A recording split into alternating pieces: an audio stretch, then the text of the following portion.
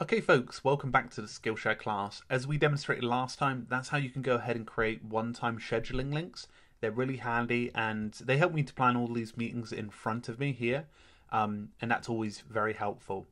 So as you can imagine, there's different ways you can plan meetings. You can use that one-time scheduling that I said, and if you wanted to access that scheduling link, the one-time scheduling, all you'd have to press is Shift L. So if you learn that one, that will help you to quickly open that instead of having to go to this tab and press it at the same time. And the same goes to this group polling feature. You have to press Shift P to access that one. So there's multiple people can vote on a specific time, and it's very similar to an application called Doodle. Now, for example, if I was looking to plan a work party, you can see here that I have no event previously, but let's go ahead and create a new poll. So the work party is probably going to be about 3 hours long. And what I'm going to do here is I'm going to go ahead and add some times. So obviously it's going to come up with a few available times. But in this case, what I can do is actually select all of these times. And you can see here that it actually goes over and detects all of the times. So you can see that clearly I'm busy on those times and it says you're busy. But I can actually choose some of the other times in the other slots that sort of fall out. So maybe I want this on a Friday in the evening. So in this case, maybe I need to change the parameters of the available time.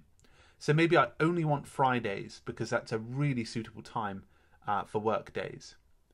So I'm also going to set it after 7 p.m. So I'm going to set the end time to 10 and the finish time to 7.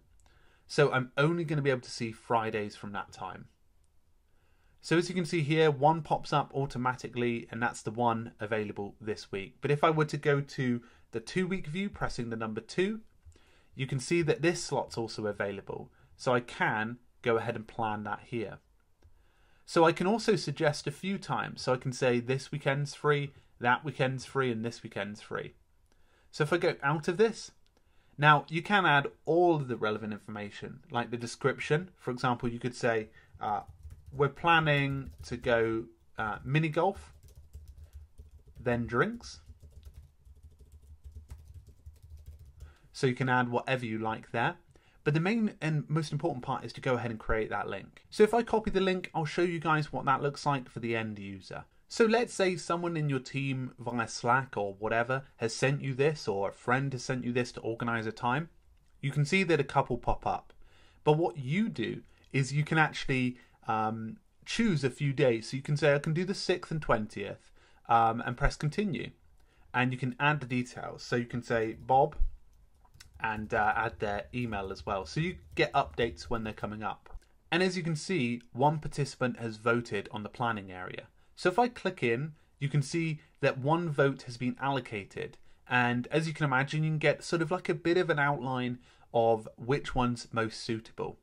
So if it was just you and this other person, or maybe it's you and a couple of other people, and they all voted for this Friday, you can go ahead and select it, and you can add those people in the email. So you can add them here using the Add People feature, and go ahead and press Schedule.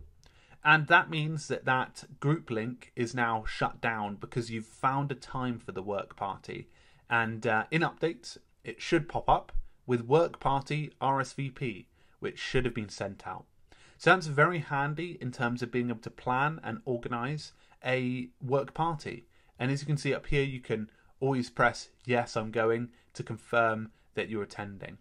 And what's useful is you can find out all the information below. Anyway guys, join us in the next feature to dive into public scheduling links, which is very helpful for if you're sharing specific public links to maybe clients or people who are looking to book a meeting with you. So thank you very much, and I'll talk to you in a minute.